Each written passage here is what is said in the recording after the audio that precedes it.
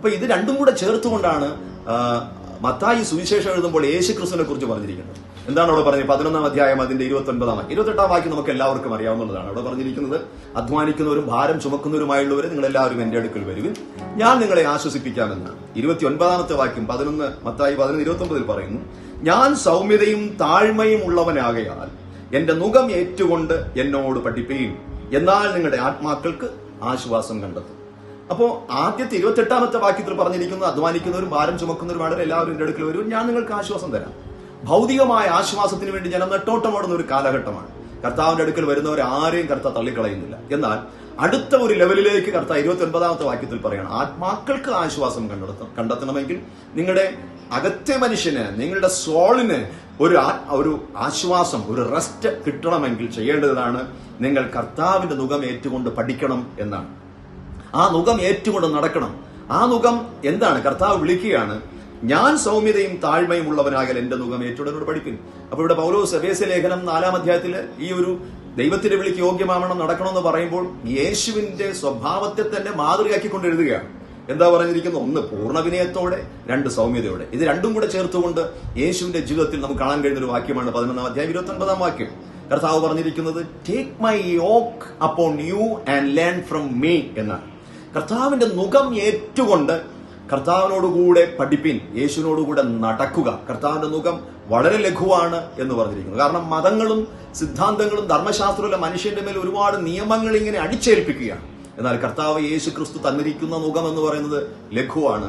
കർത്താവിന്റെ സന്നിധിയിൽ പറഞ്ഞിരിക്കുന്നു, അവൻ സൗമ്യതയും താഴ്മയും ഉള്ളവനാകിയാൽ അവന്റെ നുകം ഏറ്റുകൊണ്ട് കർത്താവിനോട് കൂടെ നടക്കുക. ഈ നുകമേൽക്കുമ്പോൾ എന്ന് പറയുന്നത് 2 കാളകളെ, തുല്യ വലിപ്പമുള്ള 2 കാളകളുടെ മേൽ ഒരു നുകം ചേർത്ത് വെച്ച് കെട്ടുന്നു. അപ്പോൾ അതിന് തുല്യതയോടുകൂടെ ഒരു വശത്ത് ഒരു കാള, മറുവശത്ത് മറ്റൊരു കാള, രണ്ടിനെയും ഒരു നുകത്തിന്റെ കീഴിൽ അതിനെ കെട്ടുകയാണ്. ആ നുകം ഏൽക്കണമെങ്കിൽ 2 കാളകളും തന്റെ തലയെ ഒന്ന് നമിച്ചു കൊടുക്കേണ്ടത്, അല്ലെങ്കിൽ തലയെ ഒന്ന് കുനിച്ചു കൊടുക്കേണ്ടത് ആവശ്യമാണ്.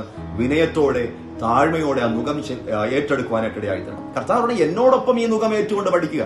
ഒരു വശത്ത് കർത്താവ് യേശുവും മറുവശത്ത് നമ്മളും ചേർന്നുകൊണ്ട് അവന്റെ സൗമ്യതയാൽ, അവന്റേതാകുന്ന സ്വഭാവ സവിശേഷതയാകുന്ന താഴ്മയോടുകൂടെ നമ്മൾ കർത്താവിൽ നിന്ന് പഠിച്ചെടുക്കാനായിട്ടാണ്. അപ്പൊ സൗമ്യതയും വിനയവും എന്നൊക്കെ പറയുന്നത്, പണ്ട് നമ്മളൊരു കഥ കേട്ടിട്ടുണ്ടല്ലോ. സൗമ്യതയെ കുറിച്ചൊക്കെ പറയുമ്പോൾ ഒരിക്കല് ഒരു ഗുരു ശിഷ്യന്മാരെ ഇങ്ങനെ പഠിപ്പിക്കുക, സൗമ്യതയെക്കുറിച്ചും വിനയത്തെക്കുറിച്ചെല്ലാം പഠിപ്പിക്കുകയാണ്.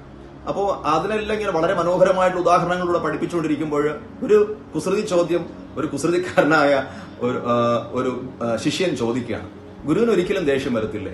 എപ്പോഴും സൗമ്യതയോടെ ഇരിക്കാൻ കഴിയുമോ? അപ്പോൾ പറഞ്ഞു, നിശ്ചയമായി, ഞാൻ അതല്ലേ നിങ്ങളെ പഠിപ്പിക്കുന്നത്.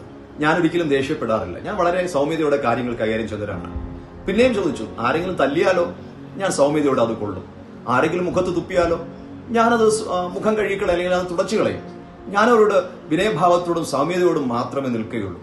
അപ്പോ ആരെങ്കിലും പിന്നെയും തല്ലുകയും പിന്നെയും തുപ്പുകയൊക്കെ ചെയ്താലോ? ഇങ്ങനെ പലവട്ടം ചോദിച്ചുകൊണ്ടിരുന്നപ്പോൾ അവസാനമായിട്ട് അദ്ദേഹം പറഞ്ഞു, തന്നോടല്ലേയുള്ള ഞാൻ പറഞ്ഞത്, ഞാൻ സൗമ്യതയോടെ നിൽക്കുമെന്ന്.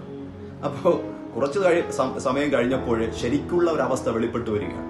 അപ്പൊ നമ്മളുടെയൊക്കെ ജീവിതത്തിൽ ഏതെങ്കിലുമൊക്കെ ഒരു സമയത്ത് നമ്മൾ ആരെന്നുള്ളത് ചില പ്രതിസന്ധികളുടെ മുൻപിൽ നിൽക്കുമ്പോൾ അത് വെളിപ്പെട്ടു വരും. അത് നിമിത്തം ഞാനും നിങ്ങളൊക്കെ പല സമയം ദുഃഖിച്ചിട്ടുണ്ടല്ലേ?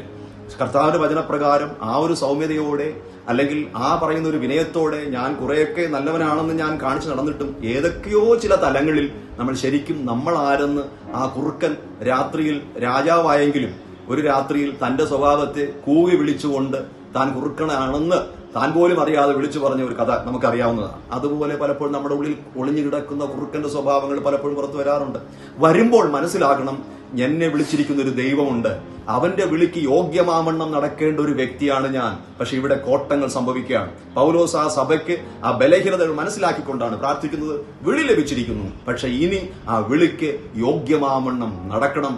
ആ ഒരു ആത്മീയ ദർശനത്തോടും വെളിപ്പാടോടും കൂടെയാണ് പൗലോസ് അപ്പോസ്തലൻ പ്രാർത്ഥിക്കുന്നത്. അങ്ങനെയാണെങ്കിൽ നമ്മുടെ ജീവിതത്തിനകത്ത് നമ്മൾ ഒരുപാട് താഴ്മയും വിനയത്തെക്കുറിച്ചൊക്കെ പ്രസംഗിക്കുമ്പോൾ പലപ്പോഴും ചില സന്ദർഭങ്ങളിൽ അത് നമ്മൾ ഇല്ല എന്ന് തോന്നുമ്പോൾ നമുക്കോർക്കാം, ദൈവമേ, അങ്ങയുടെ വിളിക്ക് യോഗ്യമാവണ്ണം നടക്കുവാൻ, ആ വിളിയുടെ പൂർത്തീകരണത്തിൽ എത്തുവാൻ അങ്ങയുടെ സ്വഭാവമാകുന്ന ആ വിനയവും അങ്ങയുടെ സ്വഭാവമാകുന്ന താഴ്മയും സൗമ്യതയും എന്നിലേക്ക് പകർന്നു തരണമേ.